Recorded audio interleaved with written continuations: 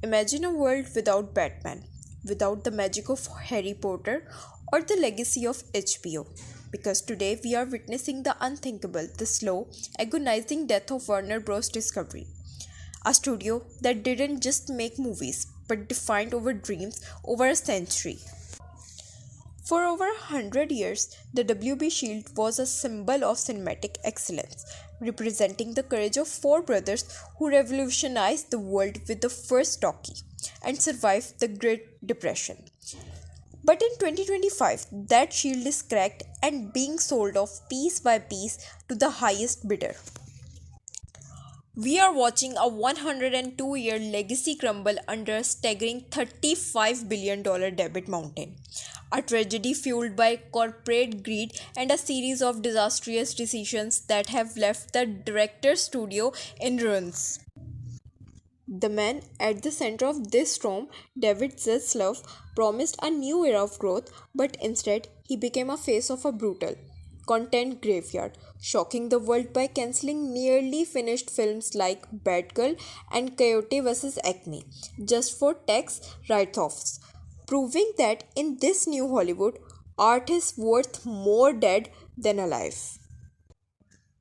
The fans felt the first real sting when beloved platforms like HBO Max were gutted, iconic shows were erased from existence, and even the legendary TCM was threatened, sparking a revolt from masters like Steven Spielberg, who saw the soul of cinema being traded for a balance sheet. By June 2025, the failure became too much to bear, and the company made the heartbreaking announcement to split into two separate entities, effectively admitting that the 2022 merger was a catastrophic failure that should have never happened. As the stock price plummeted and linear TV began to die a fast death, the vultures circled, leading to the ultimate betrayal in December 2025. The news that Netflix, the very rival that once threatened the traditional studio model, was in exclusive talks to acquire the Warner Bros. Movie studio and HBO for $72 billion. This isn't just a business deal, it is the end of an era. A hostile takeover where the king of the old world is forced to kneel before the king of a new world while fans watch in disbelief. In the final days of 2025, as Warner Bros. Rejects a hostile $108 billion bid from Paramount Skydance to favor the Netflix deal, the industry realized that the Warner way is gone forever, replaced by algorithms and profit margins that have no rooms for the magic of the big screens. We are seeing a library of history from Casablanca to the Matrix being absorbed into a streaming giant, leaving thousands of employees in fear of their jobs and creators wondering if their stories will ever be told again.